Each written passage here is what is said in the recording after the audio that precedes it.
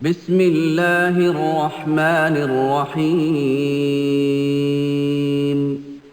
محترم دوستو، آج اللہ جل وعلا کی توفیق سے ہم آپ کو بتلائیں گے کہ ہم اپنا دفاع کیسے کریں، ہم اپنا ڈیفنس کیسے کریں۔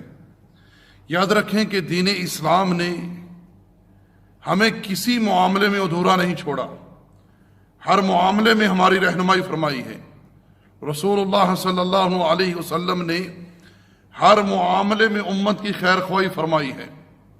اسی تعلق سے اللہ کے رسول علیہ السلام نے امت کو صبح و شام کے جو اذکار ہیں ان کا خصوصی طور پر اہتمام کرنے کا حکم دیا ہے، ترغیب دی ہے۔ اسی طرح رات کو سونے سے پہلے کے اذکار، نمازوں کے بعد کے جو اذکار ہیں ان کی ترغیب دی ہے آپ علیہ السلام نے۔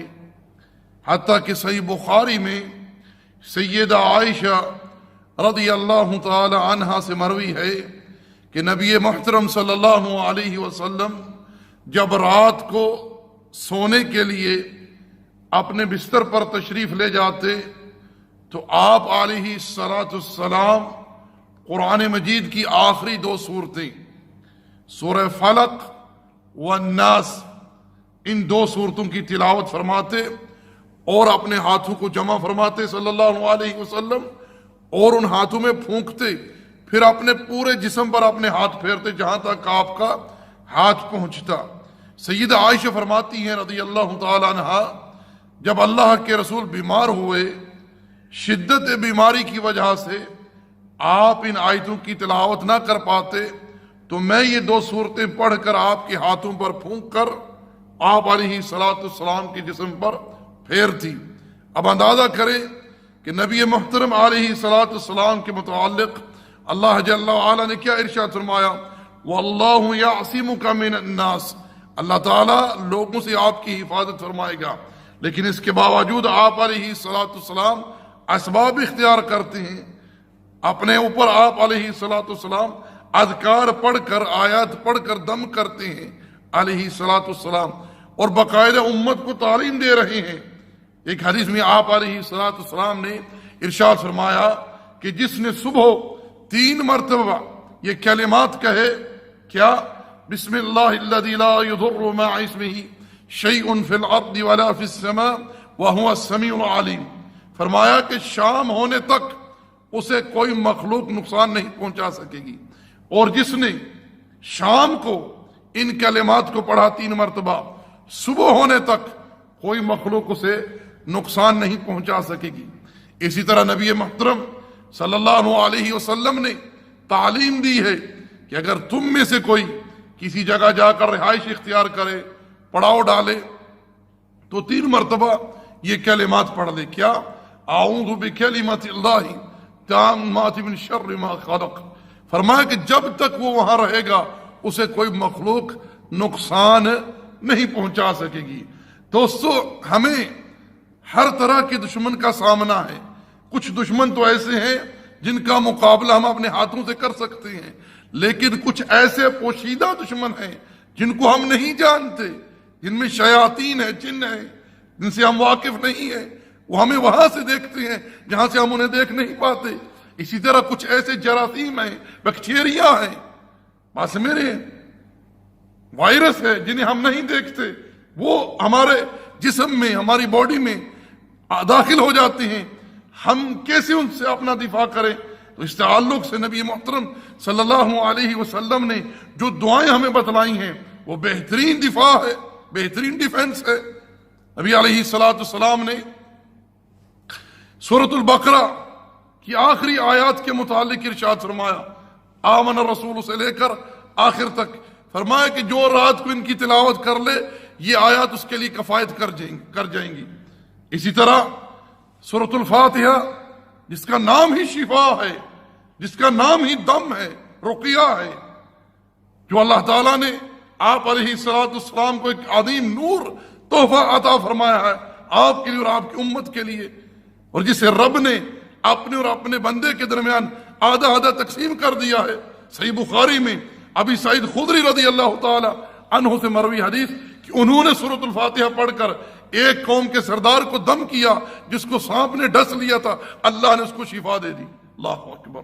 اسی طرح رات کو سونے سے پہلے آیت الکرسی کا اہتمام، آیت الکرسی کا اہتمام صحیح بخاری میں قصہ موجود ہے ابو ہریرہ رضی اللہ تعالی عنہ کا، جب انہوں نے شیطان کو پکڑا جو صدقہ فطر سے چوری کرنے کے لیے آیا تو شیطان نے ابو ہریرہ سے کہا تعانی مجھے چھوڑ دے، میں تجھے آج ایسے کلمات سکھلا کر جاؤں گا جن سے اللہ تجھے فائدہ پہنچائے گا۔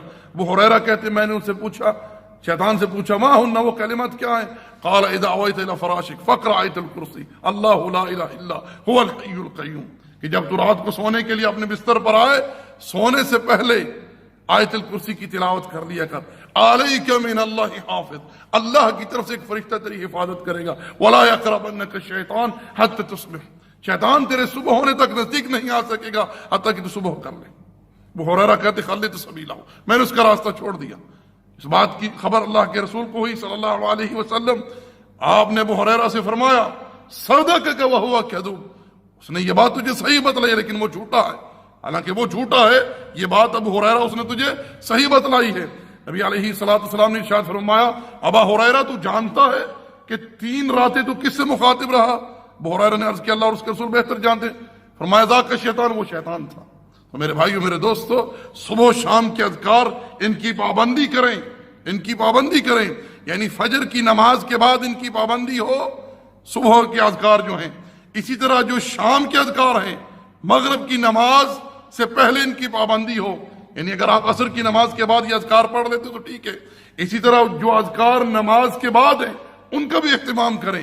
5 نمازوں کے بعد جیسا کہ آیت الکرسی کی تلاوت ہے، سورہ اخلاص کی تلاوت ہے، اسی طرح فلق و ناس کی تلاوت ہے، تسبیحات ہیں، رات کو سونے سے پہلے اذکار ہیں ان کو پڑھیں، نبی علیہ السلام سے دعائیں ثابت ہیں وہ پڑھ کر سوئیں، یہ دفاع ہے ہمارا، یہ ڈیفنس ہے ہمارا۔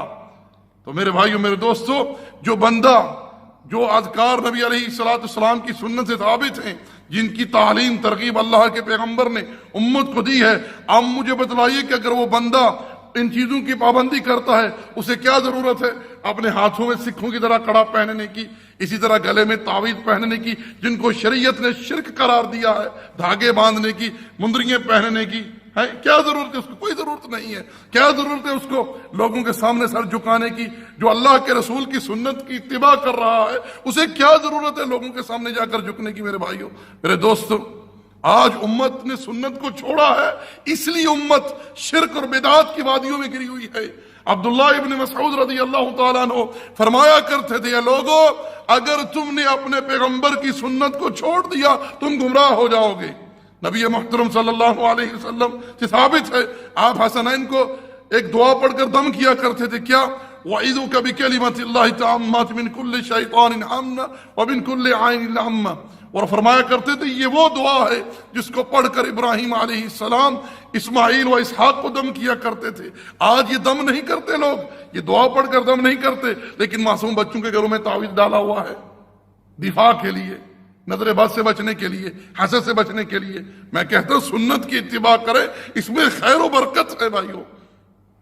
وما علینا الا البلاغ وصلی اللہ علی نبینا محمد وعلی آلہ وصحبہ اجمعین۔ جزاکم اللہ خیر۔